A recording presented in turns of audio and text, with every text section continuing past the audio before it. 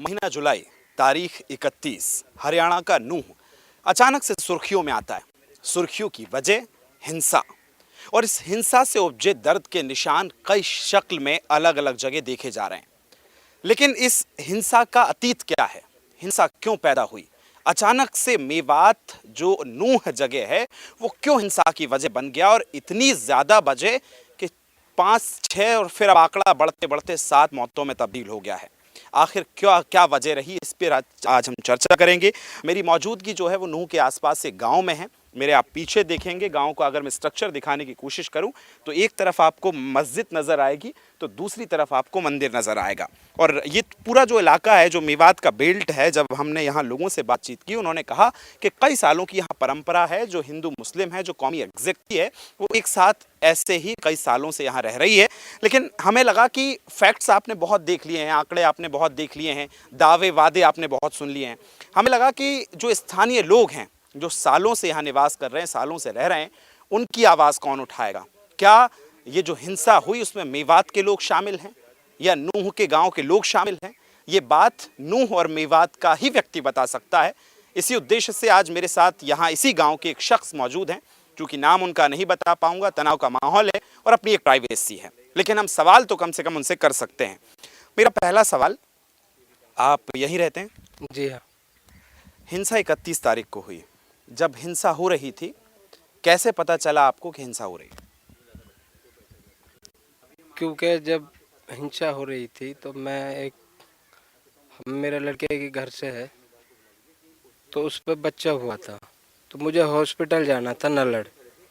तो मैं यहाँ से लेकर निकला, ये है 11 बजे की बात है। तो मुझे कुछ भीड़ भाड़ सी दिखाई दी, जो बजरंग दल वाले आ रहे थे। तो मैं वापस अपना गाड़ी लेके वापस अपने घर आ गया। भीड़ भाड़ मतलब जो शोभा यात्रा निकल रही थी वो? हाँ, जब तक कोई पंगा नहीं था ऐसा। बाकी ज़्यादा भीड़ की वजह से मैं घर आ गया। तो बाद में पता चला कि जी ये तो पंगा हो गया बहुत ज़्यादा। इधर उधर से भीड़ भाड़, गाड़ी रुकने लग गई, धुआं यहाँ से दिखाई दे रहा था गाड़ी जलने की।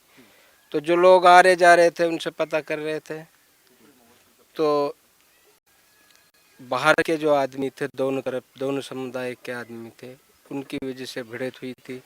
कुछ लोग आपस के जो वहीं के नज़दीक के थे वो भी उसमें बराबर का वो कर रहे थे। तो यही कहानी चल रही थी जनाब। और तो ये तो आपको पता होगा ना कि पहले से शोभा यात्रा निकाली जानी है, ये तो आपको पता होगा। हाँ जी, पता है, सोशल मीडिया के। उसमें हिंसा हुई ये आपको कैसे पता? चूल कि आप कह रहे हैं कि आप गांव में ही थे, तमाम लोग गांव में थे, ये कैसे पता चला कि वहाँ हिंसा हो गई, आगजनी हो गई? ये सोशल मीडिया पे ही जो चल रहा था।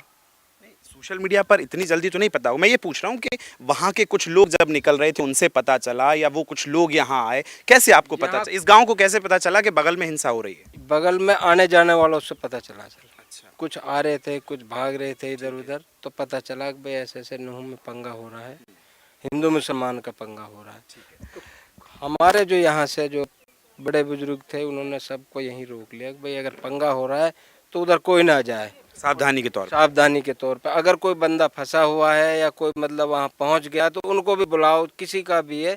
सबसे बोला गया कि भाई अपने फ़ोन करो, अगर किसी का लड़का वहाँ फंसा हुआ है या कहीं बाहर से आ रहा है तो उसको वहीं रोक दो, नूंह में ना आए। ठीक। ये मतलब बात आप यहाँ ये कह रहे हैं कि जो ये गांव है इसका कोई भी व्यक्ति वहाँ नहीं था? इंसान नहीं, ऐसा कुछ आदमी बाजार आने जाने वाले, ये तो कोई था नहीं कि भाई पहले से ही। लेकिन हिंसा होने के बाद यहाँ से किसी को नहीं भेजा गया, ऐसा? हिंसा होने के बाद में कोई बंदा यहाँ से नहीं गया। ठीक है, चलिए अब हिंसा की अगर मैं जिक्र करूं तो एक शोभा यात्रा निकल रही थी जिसमें 5 से 6 हज़ार लोग थे।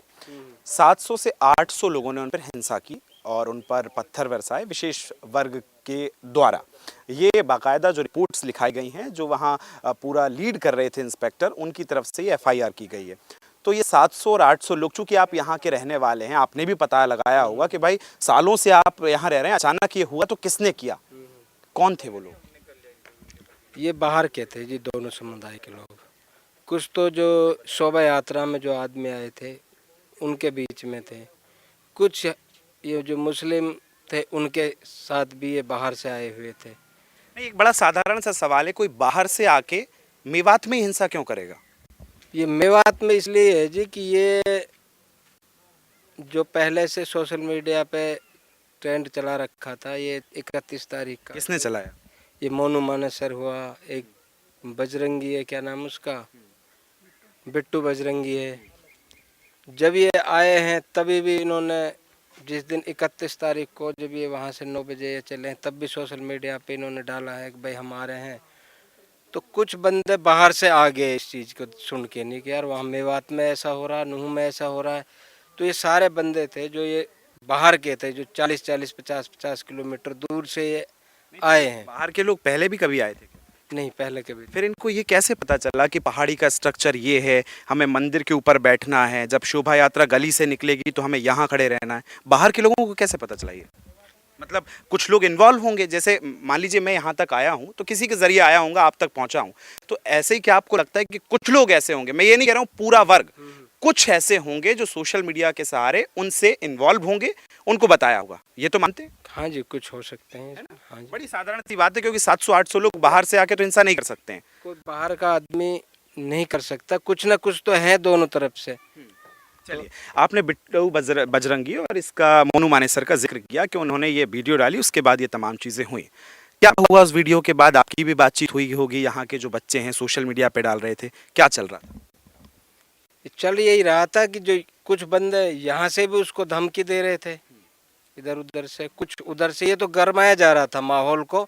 ये साजिश तो कुछ और ही चल रही थी, साजिश जो इनकी चल रही थी बाहर की।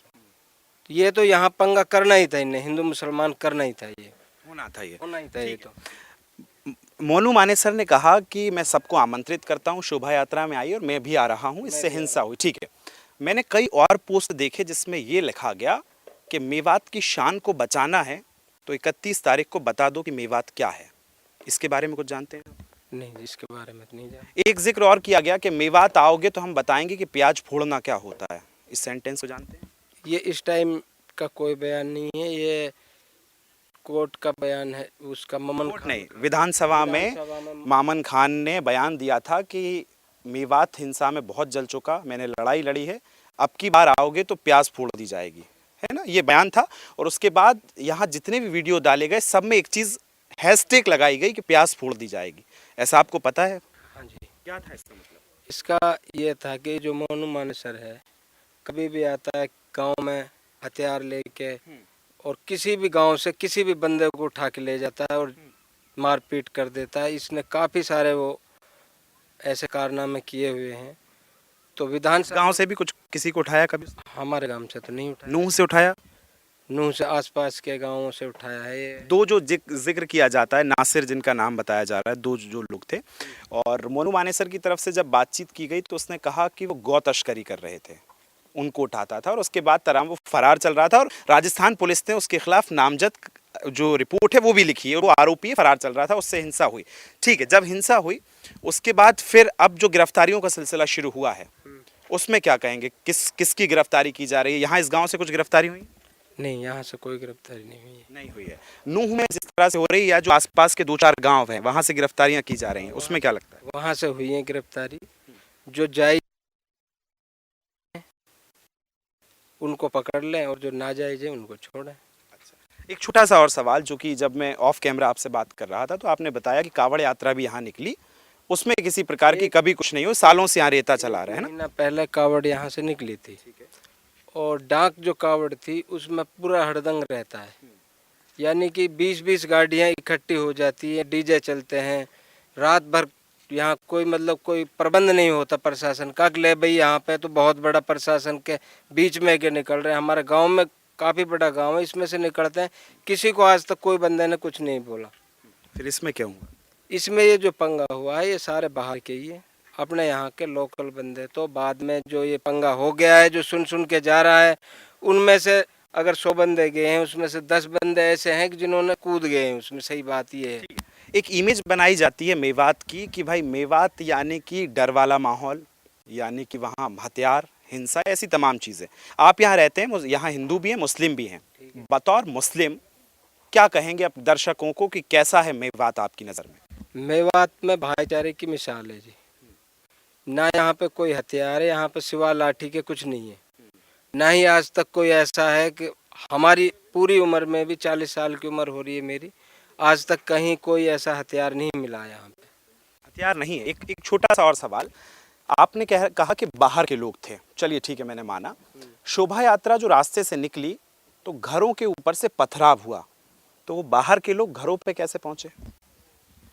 ये जी बाहर के तो लोग, नूह में हुआ है, नूह में सरकारी बिल्डिंग भी है, कोई हॉस्पिटल है, पता ना कैसे चढ़ गए उन पे, इस चीज़ के बारे में तो हम नहीं बता सकते। मतलब स्थानीय लोग नहीं है? स्थानीय लोग तो नहीं है, कोई ऐसा नहीं है कि भाई ये मेरा घर है मैं इस पे से चढ़ के 10 आदमी बंदे और चढ़ा रहा हूँ, कि सारे वहाँ पे जो रोड पे जहाँ की शोभा यात्रा निकली ही, तो सारे मकान ऐसे हैं, कोई सरकारी है या किसी में कोई हॉस्पिटल है या किसी में कोई एजेंसी है, ऐसे ज़्यादा मकान, कोई रेजिडेंस नहीं है वहाँ पे, किसी की दुकान है, किसी का कुछ है, ऐसा कारोबार वाला है सारा। हिंसा होने के बाद बतौर मेवात के, आप मुस्लिम होने के नाते क्या अपील करेंगे लोगों से, जिस तरह की जो चीज़ें हुई हैं वो अब ना हो, क्या कहेंगे?